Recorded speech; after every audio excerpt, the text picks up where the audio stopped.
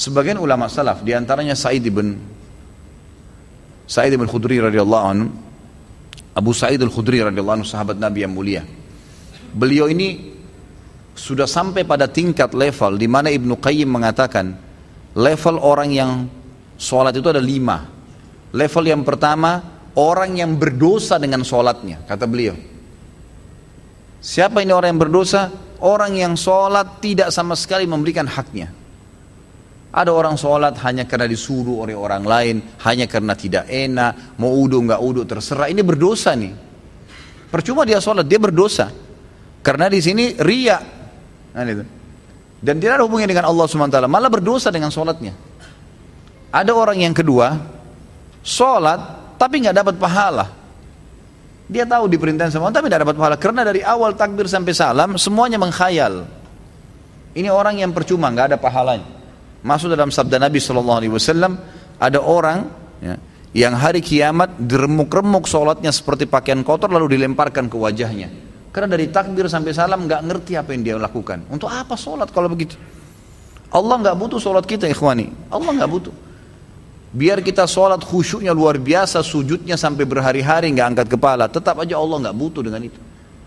Kata Nabi SAW dalam hadis qudsi, Allah SWT berfirman, wahai anak Adam, apapun yang kau kerjakan tidak akan bermanfaat bagiku dan aku akan kembalikan kepadamu.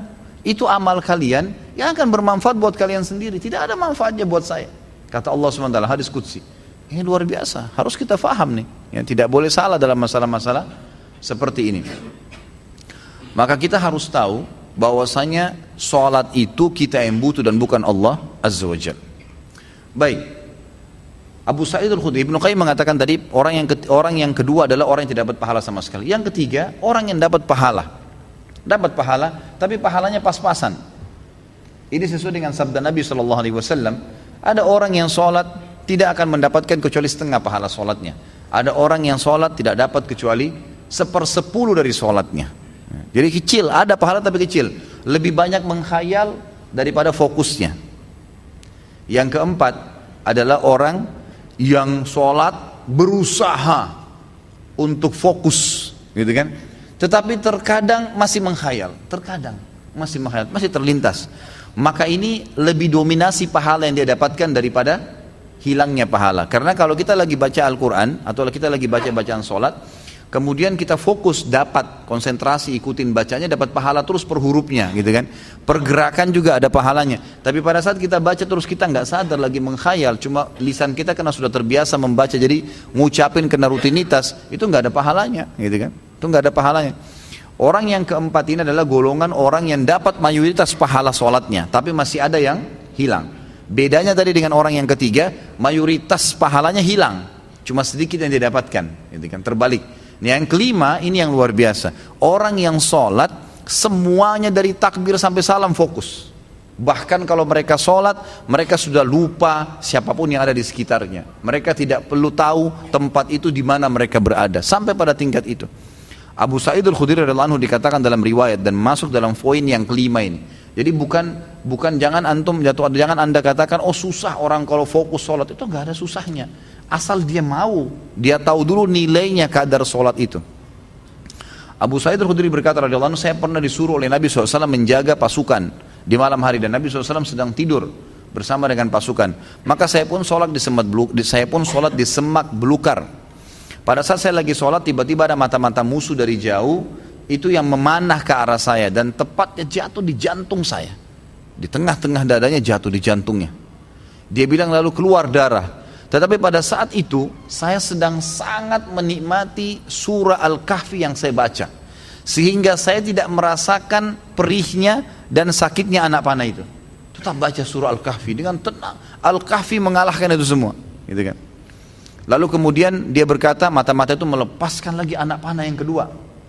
Dilepaskan anak panah kedua, jatuh tepat di sebelahnya anak panah pertama, tergores, keluar darah lagi. Tetap saya masih belum merasakan sakitnya karena nikmatnya membaca surah Al-Kahfi. Sampai musuh itu melepaskan 9 atau 10 anak panah. Sasarannya semua hampir sama, di jantung. Dia bilang, kalau bukan karena saya khawatir, ini sudah mulai berat, ini 10 anak panah di dadanya. Dia bilang kalau bukan saya khawatir saya terbunuh dengan anak panah selanjutnya, kemudian Nabi SAW dan sahabat-sahabat yang lain akan dibunuh oleh musuh, demi Allah saya akan selesaikan sholat saya dengan surah Al-Kahfi. Tapi karena saya khawatir itu maka dia ruku. Dia bilang waktu saya ruku, kemungkinan mata-mata itu tahu kalau saya manusia. Tadi dia ragu. Kemudian dia lari dan tidak jadi menyerang pasukan muslimin. Tapi saksi bahasan kita bukan masalah perangnya. Bagaimana Abu Sa'id Al-Khudri bisa fokus sampai tidak merasakan sakitnya anak panah. Coba nih teman-teman di sini kalau digigit nyamuk. Ya. Digigit nyamuk gimana tuh? Jangan kan digigit, baru suaranya sudah buyar semua konsentrasinya. Gitu kan? Seseorang di antara sahabat dan tabi'in dinukil dalam buku-buku tentang khusyuan sholat, kumbang datang menggigit, menyengat dahi mereka, berdarah, mereka nggak bergerak, seperti batang pohon yang kokoh. Luar biasa. Karena mereka tahu sama siapa mereka berhadapan, gitu kan. Dan memang ini sudah menjadi tradisi mereka ya. Bagaimana jikalau kita sholat tapi memikirkan level-level sholat seperti yang Pak Ustadz rincikan dengan pembahasan barusan, apa tetap dapat pahala? Level-level sholat apanya mesti dibayangkan? Enggak, fokus bacaan saja, enggak usah bayangkan yang lain. Alhamdulillahirrabbilalamin, fokus ucapan diucapkan, telinga kita mendengar, mata kita dibuka lihat tempat sujud. Udah, renungi maknanya. Kalau enggak ngerti maknanya, maka kita ikutin bacaannya. Alhamdulillahirrabbilalamin, kita dengar dengan kuping kita, gitu kan. Ar-Rahmanir-Rahim kita dengar. Masa kalau dengar musik bisa konsentrasi, dengar Quran tidak bisa, gitu kan. Jadi gitu, seperti itulah. Jadi enggak usah bayangin apa-apa. Nggak usah bayangin apa-apa. Tadi ada yang bayangin kambing sama ayam apa segala, nggak perlu gitu. Apakah level-level tipe sholat tersebut berkorelasi dengan level-level dosa yang telah kita lakukan? Dalam artian level 5 itu dosanya sedikit. Iya tentu saja. Karena itu memang ada hadis Nabi SAW. Ya. Jadi dosa itu bisa menghambat rezeki dan bisa menghilangkan atau mengurangi konsentrasi kepada Allah SWT. Malasnya kita ibadah justru karena adanya dosa. Salah satunya. Maka coba perbanyak istighfar.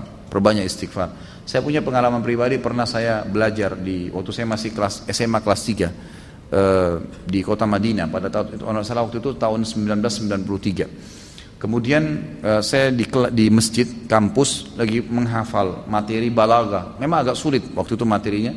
Saya coba hafal nggak bisa, lupa terus. Saya juga kalau sholat, gitu kan, sering kadang-kadang tidak konsentrasi, lebih banyak menghayalnya.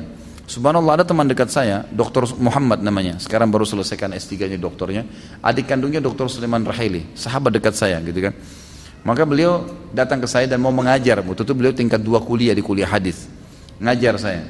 Sebelum buka buku balaghah itu, saya dari asar ini sudah baca nggak faham-faham, dari habis duhur malah. Pulang dari kelas ujian saya baca sampai menjelang isya belum faham. Habis isya dia datang ngajar saya. Terus saya tanya, akhi, apa sih sebenarnya penyebabnya? Saya kalau sholat nggak konsentrasi, baca buku nggak bisa hafal-hafal. Dia ucapin kalimat subhanallah menyentuh saya. Dia bilang mungkin kamu masih punya dosa. Padahal waktu itu saya masih kelas 3 SMA dan ini teman-teman perlu tahu ya, saya SMA itu di Madinah. Di Madinah itu nggak ada bioskop, nggak ada karaoke, perempuan semua bercadar, pakai jilbab. Hiburan kami itu dulu kampus, Masjid Nabawi, gitu kan. Kalaupun kita masuk ke mall, ke pasar-pasar nggak ada musik, beli kebutuhan, kemudian pulang ke kampus. Nggak ada celah yang kita katakan ada dosa kayak di Indonesia. Orang yang masya Allah SMA-nya di sini luar biasa kemana-mana. Tapi itu saja masih cukup membuat saya tidak bisa khusyuk gitu. Lalu dia bilang, coba akhi, ente istighfar kepada Allah SWT, kemudian coba sholat. Ya, kan? Mungkin tujuan dia waktu itu mengajak untuk sholat taubat ya. Ada hadis Nabi SAW riwayat Abu Daud dengan sanad hasan. Tidak ada seorang hamba yang berbuat dosa, kemudian dia berwudu, lalu dia sholat 2 rakaat, lalu dia beristighfar kecuali Allah ampuni dosanya. Maka saya astagfirullah wa atubu ilaih, saya berdiri, saya sholat. Waktu itu 2 rakaat menghadap kiblat, subhanallah. Begitu saya salam, ini pengalaman pribadi. Begitu saya salam, saya belajar dengan dia setengah jam buku itu saya fahami. Setengah jam buku itu saya faham. Bahkan saya hafal hal-hal yang tidak saya hafal sebelumnya, yang sudah mungkin 6 jam saya belajar, gitu kan. Subhanallah. Saya jadikan patokan, ternyata memang dosa bisa jadi penghambat itu. Maka makin pekah, makin dekat dengan Allah SWT, maka makin berpengaruh kehusyuan tentunya.